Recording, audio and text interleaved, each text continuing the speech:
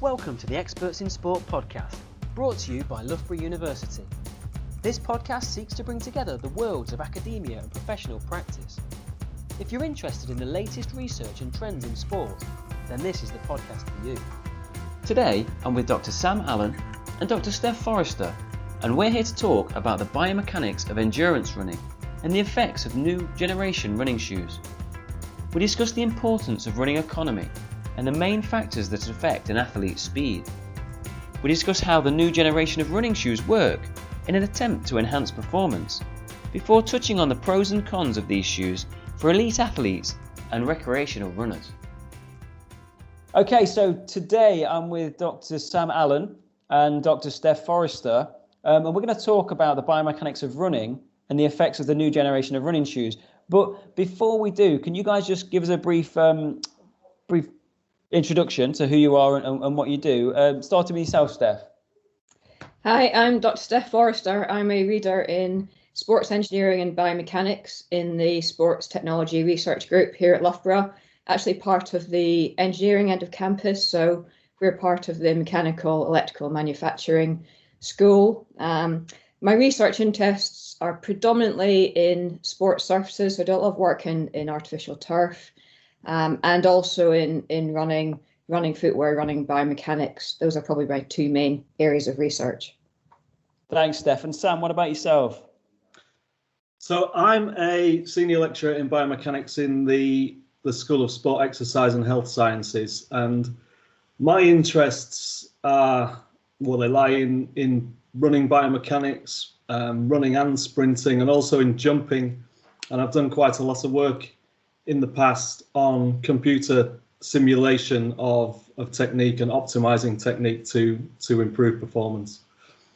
Brilliant. Thanks, Sam. And today, obviously, we've mentioned we're going to talk about endurance running and the effects of shoes. We're not really going to be touching upon the physiological side or nutrition or training. And we've got other podcasts that touch upon that. So we have one on strength training for endurance runners, which we did with Tom Evans and Rich Blagrose. And we're going to get Tom Evans back in, actually, to have a chat with Stephen Mears around nutrition for endurance. So all those things that we all know can affect performance, go elsewhere for them. They're in a different podcast. Today, we're talking about biomechanics in general. So just to kind of set the scene a little bit, and obviously we know that endurance performance has dramatically improved with the introduction of these new shoes since around 2016, as you've mentioned to me already. With all male and female world records for distance over 5,000 meters being broken. So the new generation shoes have little in common with the predecessors, other than their low mass, featuring thick cushioned midsoles and carbon fiber plates, where previously racing shoes had minimized cushioning in favor of reducing mass, which suited light, well-conditioned athletes, but perhaps weren't ideal for heavier, less conditioned recreational runners. So that's just the context of where we're at. But I think before we get to talking about the shoes, should we just have a bit of a conversation around what performance is? We'll then have a look at a little bit on running economy, and then the kind of anthropometry around runners and how that might affect performance. And then we'll dig a bit deeper into the shoes and what effect that has on all of this biomechanical stuff. Mm-hmm. So sounds good. Sounds good. We're ready to go. So let's go over to you. So do you want to just define performance to us in this context?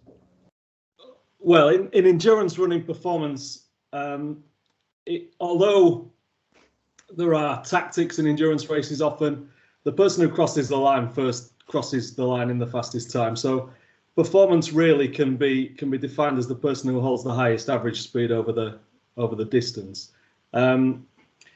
And as biomechanists, we concern ourselves with kind of technique and how that influences the way people run and how economical they are.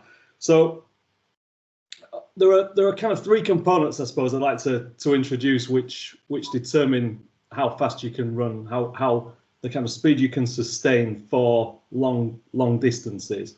So there's the amount of energy available to you, and that's often measured via VO2 max, and it can be converted into energy metrics. And that that kind of determines the amount of energy you can get from aerobic metabolism, so using oxygen. So you can think of that as the power available to you. And then there's the lactate threshold. So that's the threshold of that, the amount of that power that you can sustain without building up lactate. So most people will be familiar with the feeling, and most runners will be familiar with the feeling of building up lactate and how that can then reduce your ability to sustain your running speed. So those are the kind of physiological limiters. But as biomechanists, we concern ourselves with the third component, really, which is the economy, running economy. So that's your, people often use the car as an example. So that's your miles per gallon, really. So that's how much of that energy that you have available to you that you can then put to use to move your body forwards. And then this is generally accepted that when you change technique or when you change your shoes, it's the economy that's improved or that negatively affected.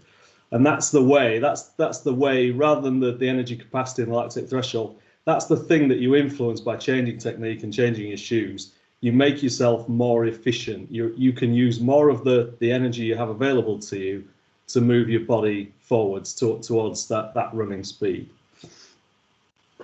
So in terms of running economy, can you just go a little bit deeper? So what does that involve? So running and the difference between running and cycling. Well, so running necessarily involves collisions with the ground.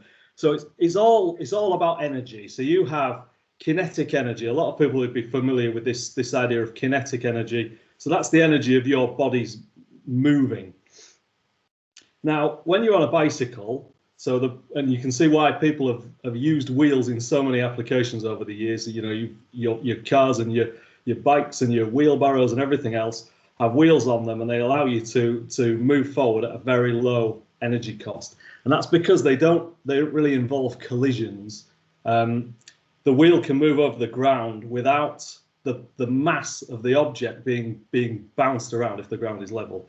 So when you run, when you hit the ground, your body slows down forwards and backwards. It slows down. You have to reverse your speed from moving downwards when you hit the ground to moving upwards when you leave the ground. And that necessarily costs energy. It costs energy you have to lose the energy and then regain it again. And the way you regain it is through muscle contractions, and that costs energy. So when you're on a bicycle, you can, if you remove all the other resistance, the rolling resistance and the air resistance and those kind of things, you could roll on for as long as you wanted without using any muscle energy. But you can't do that when you're running. And so I suppose what we aim to do is we try to make ourselves more like a wheel. We try to make our legs operate more like a wheel. We try to stop the body being accelerated backwards and forwards and upwards and downwards as much as possible. We still have to do that, but we try to limit those accelerations. We try to limit the energy changes during the stance phase of running. And in terms of that, in terms of expressing running economy, how would you do that? Because obviously from a biomechanical perspective, you like to use numbers and maths. So how do we quantify? Yeah. How do we quantify running economy? Well, we often quantify it because the cost of running is related to how much somebody weighs, so their mass. We often quantify it per kilogram body mass. And you can do it in various different ways, but I think the way we tend to do it is we express it as a unit of energy. So calories people will be familiar with per kilogram body mass that it takes to run a certain distance. So say a kilometer. So the reason we do that is that it allows you to compare between both people of different sizes or people who weigh different amounts, but also of different speeds of running. So we can directly compare what the cost is to run a kilometer when you're running at 10 kilometers per hour or 20 kilometers per hour.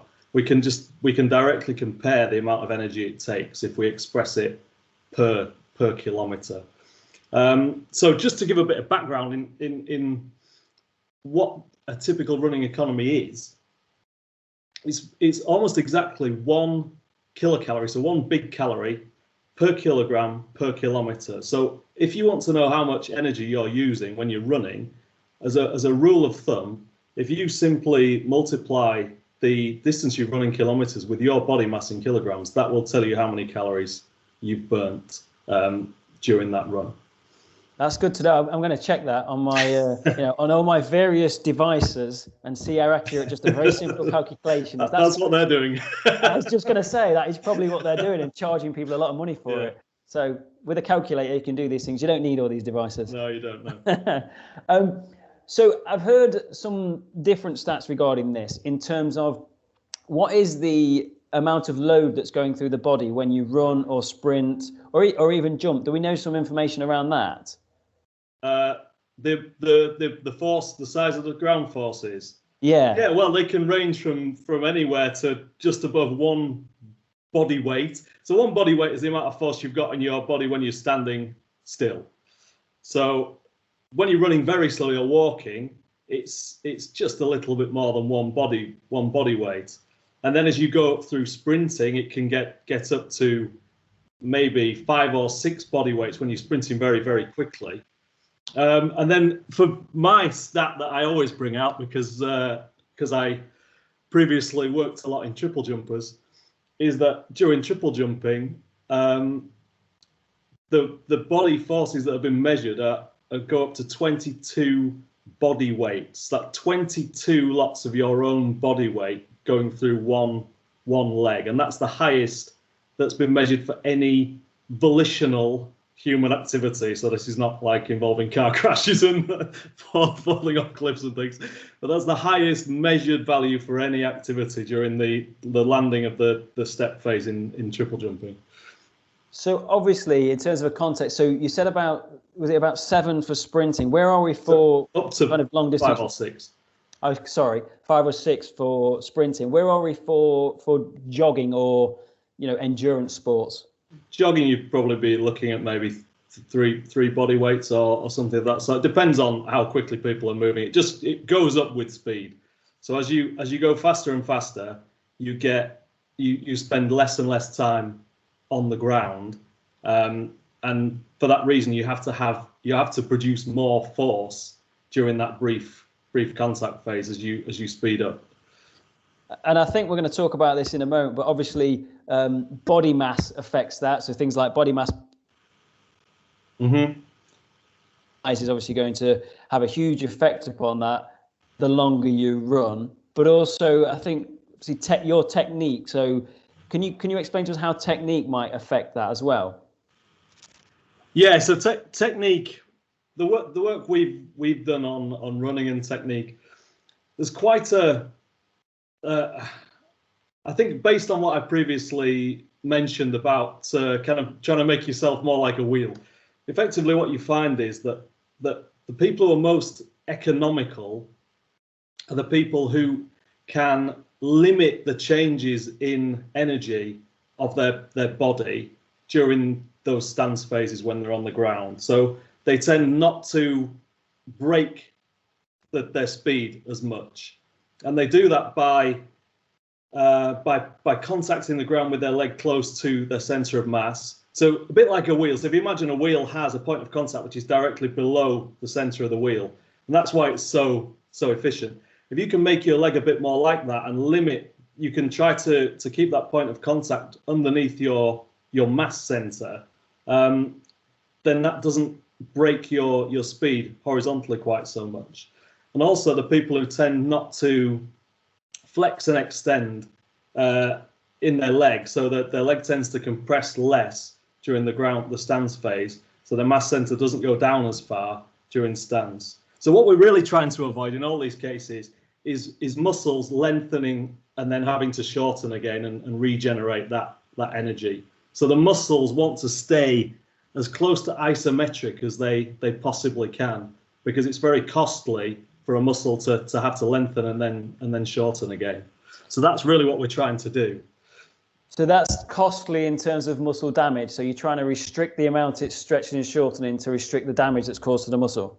Is that costly in terms of there's an element of muscle damage. Primarily, I was thinking of the energy cost, because when muscles lengthen, they lose energy as heat, and then they have to shorten and regenerate that energy again. But yes, also when they lengthen, they will get damage too, and you can get, if you're familiar with DOMS, delayed onset muscle soreness, that's often caused by muscles being lengthened against a heavy load. So yeah, it can also induce damage. So when we're talking about this, I mean, the main things you talk to with a runner, the basics being stride length, stride frequency, and obviously with what you're talking about, an overstrider would be almost trying to pull their body forward, and they'd be out of their center of mass. Is that what we're talking about a little bit there? Yeah, so I think that if you put your foot too far in front of your body, that does tend to break the body. So it breaks it in terms of slowing it down. It acts like a brake. So we do want to try to avoid sticking your leg out in front of you, because it causes your body to break, and also it causes it can cause your body to kind of pivot around the foot as well, to lift up. So you then have to flex at the knee to avoid that, and then to extend again, and that costs energy. So you're really trying to land with your foot close to your body and minimize the. You can think of there's quite a famous model of running called the mass spring model, where you think of the body as a mass and the leg as a spring, and the spring compresses and extends again. And you really want to really limit that compression and extension. You're trying to get the spring to be stiff, to keep your legs stiff, and to avoid that compression and extension, because it costs energy. And this is going back a little bit to go forward, and actually going on to shoes slightly differently from what we're going to talk about in a moment. So Steph, you might be interested in this.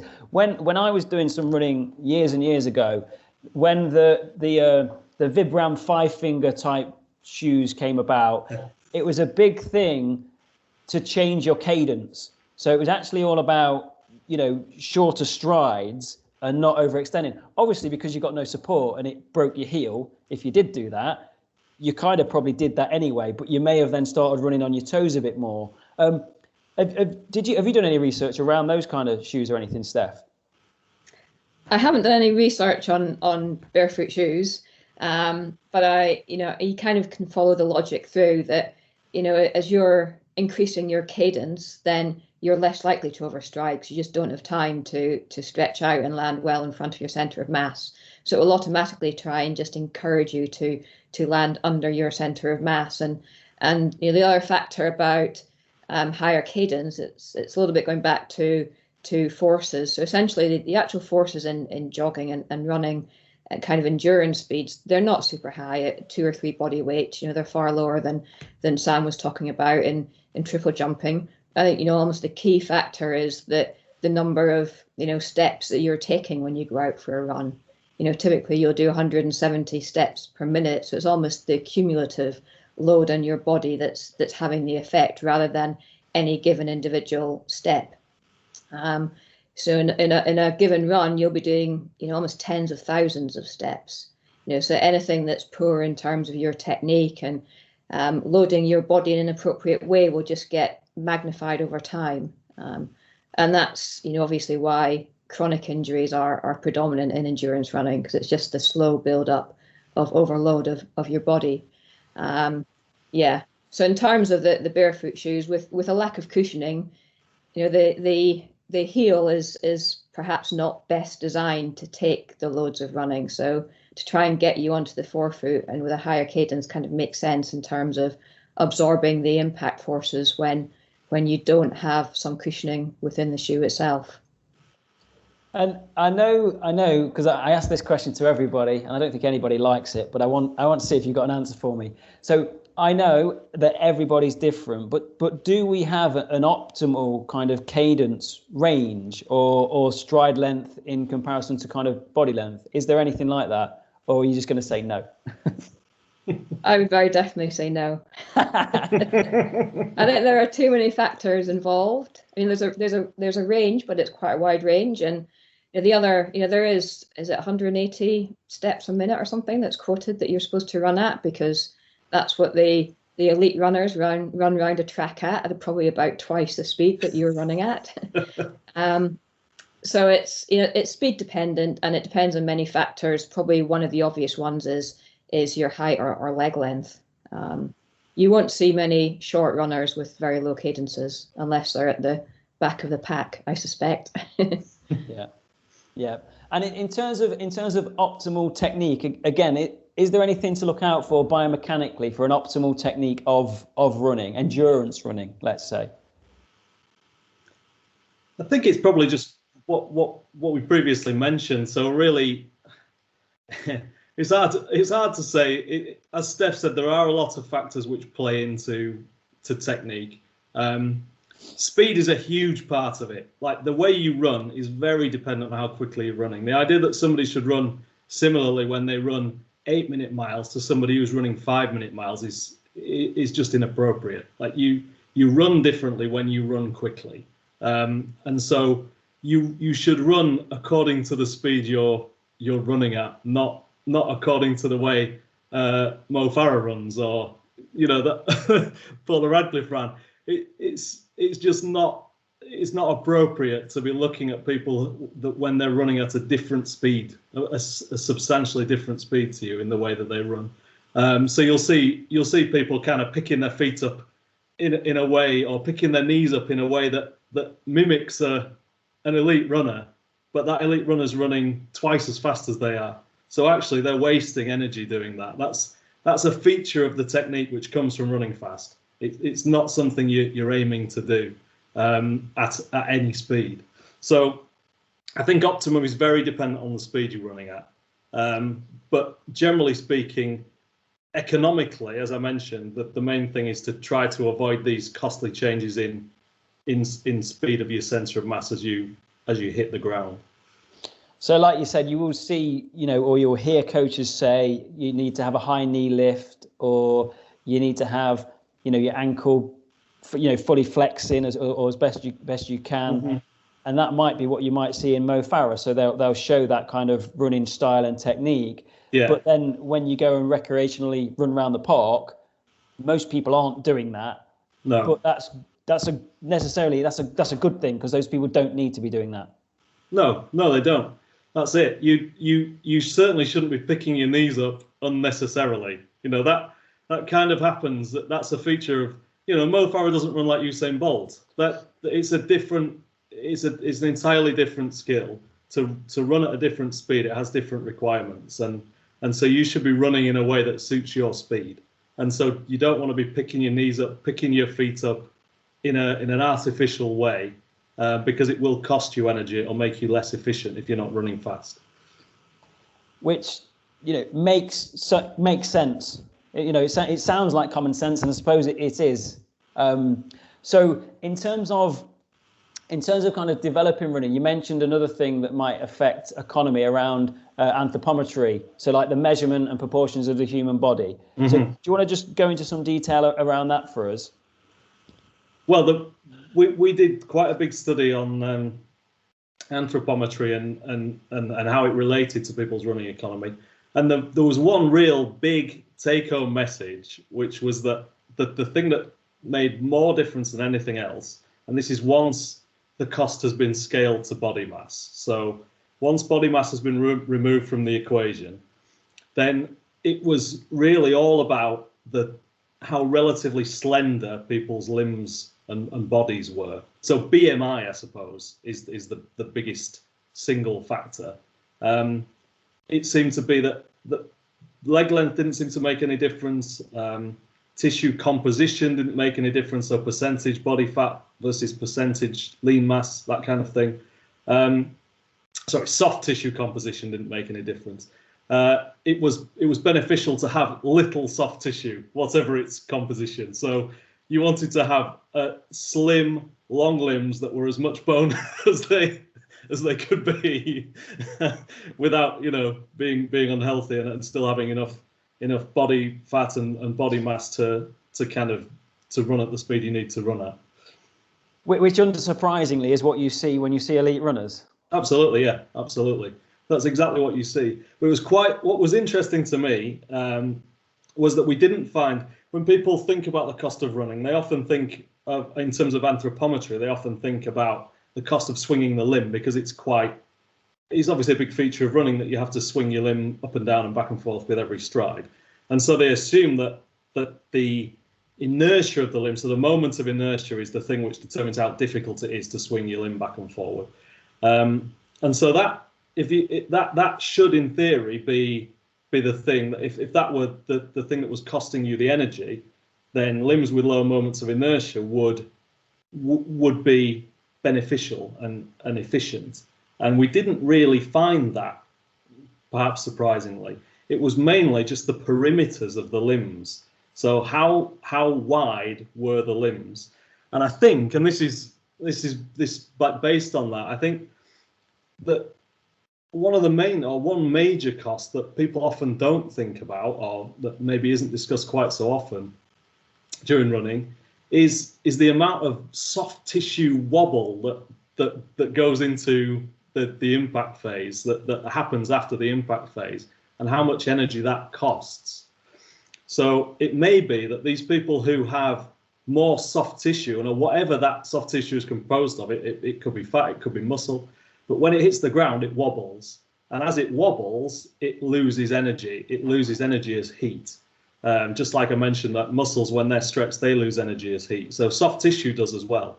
And that's a potential mechanism for why it's beneficial to have low amounts of soft tissue, is that it doesn't then wobble up and down when your leg hits the ground and lose energy.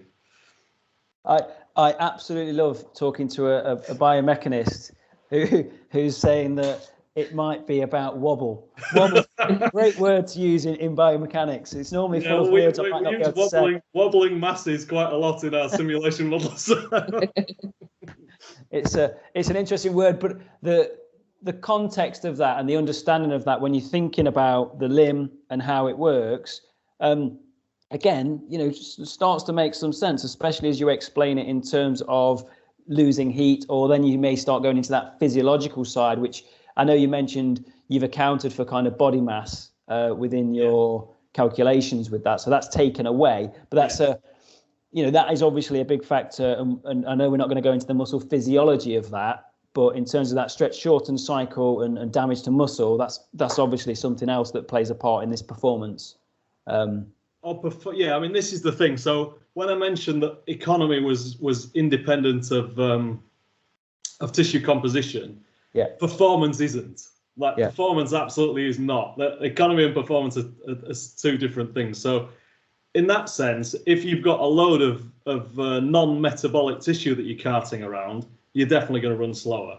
Yeah. But it's because if you imagine that it doesn't cost you any more energy, but you've got less muscle to produce that energy. And so that muscle then gets pushed into that above that lactate threshold that we mentioned. Yeah. So economically, it doesn't actually cost any more energy. But if you haven't got enough muscle to generate that energy, you will fatigue and you won't be able to sustain the speed. Good. And I'm glad we've just added that a little bit there for understanding for everybody. So we've gone through a little bit of kind of running economy and a little bit on technique, a little bit on the anthropometry around things. Can we now just go into the shoes and have a look at the shoes, and we can reflect back on how the shoes may affect all of those things, but can we just describe what these kind of, as I've termed it, super shoes are, and how they're designed and what effect they're having on running performance? So essentially, super shoes, they are, as we've already mentioned, so probably the first key factor is their mass. So they are low mass, even though they are kind of maximal in their appearance. they'll weigh about the same as your traditional racing flats. We're probably talking definitely under 200 grams, probably in the 160 to 180 gram range. They obviously have a high stack height, or basically a thick chunk of midsole. Typically, this will be, perhaps twice what it used to be. So, the current limit is up to 40 millimeters or 4 centimeters of midsole or stack height. That's typically underneath the heel section of the shoe, and it'll be a little bit lower under the forefoot section of the shoe. To keep the same mass, obviously that midsole material is much lower density than kind of traditional EVA, which has been used as a midsole material for a number of decades. So it's kind of a nice low density foam, very compliant. So when you do land, it does compress a lot underneath your heel and forefoot as you're running. But it also then returns a lot of energy back to you. So its energy return is typically close to 90%, whereas your older traditional foams are around the mid 60s in terms of percentage energy return. So it has got definitely a higher energy return. And the other key feature obviously is the carbon fiber plate, which is embedded in the midsole. So it's full length, usually profiled as well. So typically it will be higher up or closer to your foot in the rear foot, and then lower down to kind of closer to ground level on the forefoot region. And that is obviously very stiff. So it gives a much higher kind of longitudinal bending stiffness of the shoe. So perhaps particularly that affects your MPJ. So that's the joint just at the base of your toes. So that when you've got a very stiff carbon fiber plate within the shoe, then it kind of stops that joint bending very much. And that the benefits of that is that it has been demonstrated that is a source of losing energy during running, is bending of that toe joint, which doesn't happen with the carbon fiber plate in the shoe. So those are probably the main differences in terms of construction of the shoe. I would say that there's quite a lot of debate out there currently in terms of the mechanisms at play that then contribute to improved running economy and improved performance. It's not like, where we know what's going on and we know what the answers are. It's still an area of kind of ongoing research, partly because obviously these shoes are relatively new and they've only been around for 4 or 5 years, and it just takes time to do the scientific research. Perhaps also one of the challenges is that, when you're doing scientific research, you want very controlled experimental conditions, and sometimes that can be difficult to achieve with the footwear. So, for example, you might want to generate shoes with and without a carbon fiber plate that are identical in every other feature, so that you can assess the effect of the carbon fiber plate. But it's perhaps difficult to get that unless you've got a shoe company on board, and the shoe companies may not want that information going into the public domain. So, there are challenges in terms of this being quite a large market for shoes, and a lot of the information about these shoes is probably kept behind company doors at this point in time. Okay, and in terms of these shoes, I think you mentioned a limit on the size of the density. Is that based upon them being legal for running in certain competitions? So where are we with the legal side of things? Well, so was it last year that World Athletics introduced the rule or adapted the rule for footwear? And this is for road races, so it's for the endurance shoes. But they decided to limit the thickness of the midsole to 40 millimeters. That was kind of their response to the super shoes. It did cause a little bit of debate, I would say, in the academic literature and academic circles, if that was really the right approach. But currently, that's the main rule that's been introduced to regulate these super shoes. And are the Kipchoge shoes, the ones that kind of made everybody aware of this situation, the sub 2 hour marathon, are they legal shoes to run in? I believe so. There's a little bit of debate in terms of where exactly you take these measurements. There are actual guidance, the rules in terms of whereabouts, because obviously with a midsole, it is not just a single unit that is a fixed thickness all the way along. It is obviously profiled to fit with the human foot, and is typically there's more cushioning in the heel and a bit less on the forefoot. So when you set a limit like 40 mil, one of the questions is whereabouts on the shoe does that apply, and can you go above 40 mil on some other parts of the shoe that might provide a performance enhancement. But I believe that they do fit. And the other factor perhaps is size, and is that midsole profile in terms of thickness exactly the same across all the size range, given that you're likely coping with runners with quite different body masses, and to perhaps optimize the footwear across different body masses would require a different solution. So it's also dependent perhaps on shoe size as well, in terms of whether or not a shoe meets those rules or otherwise. So what kind of improvements in performance are we seeing from these shoes in elite athletes? I know that's quite hard to quantify, but are we talking, there's been a 1% improvement, or, if I'm strapping on these shoes tomorrow as well, what improvement am I getting? Well, I think the starting point probably is in the name of one of these first super shoes, so that the Nike Vaporfly 4%, and that was based on your average runner getting a 4% improvement in running economy. Obviously, that doesn't necessarily mean a 4% improvement in running performance, but it's kind of hinting that that's kind of the ballpark that you're playing in on average. Is that good marketing there? A 4% performance improvement? I'm absolutely sure that it is good marketing. You've got one of the expert brands in that field naming it, so very much so. So it on average it might be something close to 4%, and I think that there's been studies even gathering Strava data from marathon runners and kind of comparing their pre-super shoe marathon times with their super shoe marathon times, and the average improvement there was seen to be somewhere in the same ballpark. You're talking 3-ish%. But perhaps the more interesting part of it is the spread, not the average, but the spread around that average. And you will get, so for some runners, they will see no improvement. They'll actually perhaps run a little bit slower on the super shoes. Whereas other runners, you'll get a much bigger improvement than your 3 or 4%. So you might be talking about 6%, 7%. So I think it's very clear. And, even the smaller scale experimental studies have demonstrated that, the average might be 3 or 4%, but all your runners aren't clustered around 3 or 4%. They're quite spread out around that. And you almost perhaps have responders to the shoes that do seem to get a large benefit from them. And then you're kind of non-responders who don't seem to benefit from the shoes. And I know, like you said, it's obviously very early research with these shoes only being, 4 or 5 years old from the early inception of them. But what kind of things do we think might be causing responders and non-responders? Like, how do these shoes affect people? Well, I suspect it's likely to go back to aspects such as your technique, and probably, perhaps some things about your anatomy as well.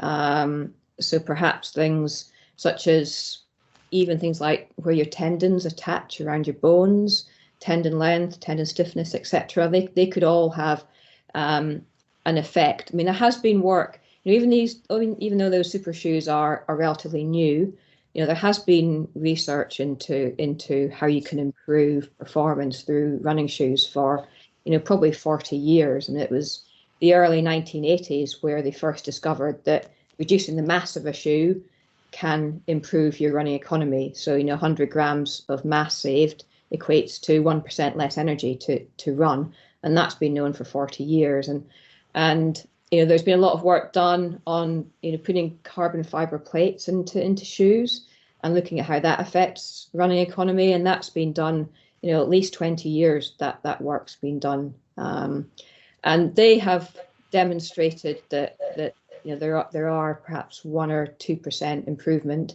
in running economy through, increasing the longitudinal bending stiffness of the footwear. But the other thing interesting thing that they've found, and perhaps more recent work, is that everybody kind of has an optimal bending stiffness in their footwear. So it's not the same stiffness for everybody that enables them to perform the best. It's almost optimized to that individual.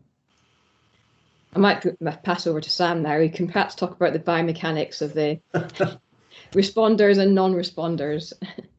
That's perfect. That's I was going to go into that and say, what is it about the limb length or the technique? So, heel strikers or where are we with that? So nice transition, Steph. I think from biomechanically speaking, trying to make some sense of the mechanisms. So as Steph mentioned, this midsole, it returns nearly 90% of the energy you put into it. But as far as I understand it, also, and as Steph also mentioned, it's also very compliant. So I think in terms of energy return, it actually increases the amount of energy kind of based on previous shoes by about 50%. So it's returning huge amounts of energy in relation to the previous shoes. Now, if we think, as I mentioned earlier on, that the costs of running are to do with, or one of the major costs of running are to do with reversing the speeds of the mass center as you hit the ground. And you have to do that often with your muscles. So as you hit the ground, your legs flex, your muscles lengthen, they shed energy, and then they have to shorten again and then regenerate that energy. So there's no energy loss over a cycle of running, mechanical energy loss. So as your foot hits the ground, versus the next stride when the foot hits the ground, you've got the same kinetic energy. So you have to regenerate the same amount of energy effectively during the stance phase. And what these shoes do, is almost, you can imagine it being like a trampoline. As you hit the ground, you get this passive storage and return of energy, which means that your muscles don't have to flex, or your joints don't have to flex and extend quite so much. Your muscles can potentially stay closer to that isometric length and avoid these costly lengthening and shortening cycles that you would get if you didn't have that you would have to do yourself, if you like. So what people traditionally would have done to get around this you had 4-foot strikers, and that was considered, people used to think of it as being quite efficient, and we see that in other animals, that what they do is they use these longer tendons, so the Achilles tendon, for instance, they use these long tendons to store energy and return energy. But when you've got shoes to do it for you, you don't need that so much potentially. So the shoes are almost taking the place of what the Achilles tendon would be doing ordinarily and storing and returning this energy, but they're doing it entirely passively. So there's still a cost to a tendon storing and returning energy. Your muscle's got to still apply a force to keep the muscle at a given length. And we all know that although there might not be a mechanical energy change, if you do any isometric contraction, so if you do a wall sit, for instance, eventually you're going to get tired. You do use energy doing that. But if you use a shoe to do that for you, then potentially you're almost getting that energy back for free, and you don't then have to do that costly lengthening and shortening cycle of the muscles. So I think that's one potential mechanism whereby you're obviously you're avoiding this energy loss. And then the other one Steph mentioned is the MTP joint, so the joint around your toe. That is an energy sink. That when you're running, that joint absorbs energy and then doesn't return as much energy as it absorbs. So if you can put another passive structure, so this carbon foot plate, which again acts a bit like a torsional spring, as we call it, a rotational spring, that can store energy at that joint and return it again without any cost to your muscles.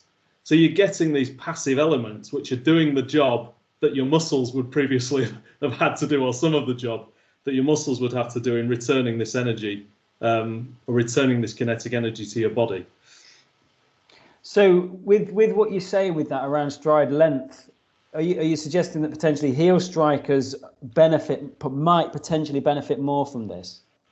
I think there's a mechanism that you can imagine whereby they might, and that's that heel strikers, when they hit the ground, they tend to have bigger ground forces during the impact, and a bigger ground force would mean more compression in the midsole, so more compression in that springy midsole.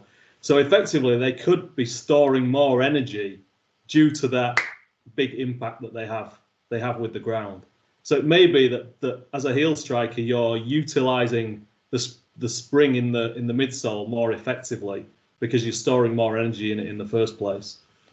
So with that in mind, and you've mentioned that the energy return is improved by about 50%, is there therefore the risk that there's more impact on the muscle and more potential for injury risk with these shoes? Well, I think there are probably different injury risks to these shoes. So potentially because of that compliance, the injury risk could be reduced because the forces. We all know that if you land on a soft surface versus a hard surface, the forces aren't so high. So in that sense, you'll get reduced forces on the body. But one thing that Steph and I have discussed is the potential for stability laterally, which it could be a bigger injury risk, because if you imagine the moment of force, so the turning moment caused by the force at the ankle joint, because it's further, the ground is further from your ankle joint in these shoes. You've got this 40mm midsole, which makes the ground further from your ankle joint, which means that if you apply a force sideways, it makes it easier to twist the ankle. So laterally, I think that there's potential for a bigger risk of ankle sprains, for instance, if you're running on uneven surfaces. But in terms of the general loading on the body, it could be reduced due to the compliance, the greater compliance in the midsole. And you mentioned ankle sprains there, and would that be also like, it's potentially like you're running on high heels, I suppose. You're elevated from the ground. Yeah. And talking about the surface, if you're pronated naturally as a runner, would that also make this difference to potential injury risk? I'll leave that one to Steph. Yeah, I think so. I mean, it's, given that there's also an increased stack height on the forefoot, so you will. I think you can even see it when you watch people running on these shoes and on TV, and if you get the front on angle, you can see that there's a lot of pronation going on in their running style, more so than you would see in a traditional racing flat. So I think that there is more pronation. Obviously, there is still ongoing debate in research about whether or not, because obviously some pronation is a good thing and required, and it's part of how the foot moves. But how much is too much, and is speed of pronation more of an issue rather than just the amount of pronation that you do when you're running? But certainly these shoes will, create more pronation while you're running.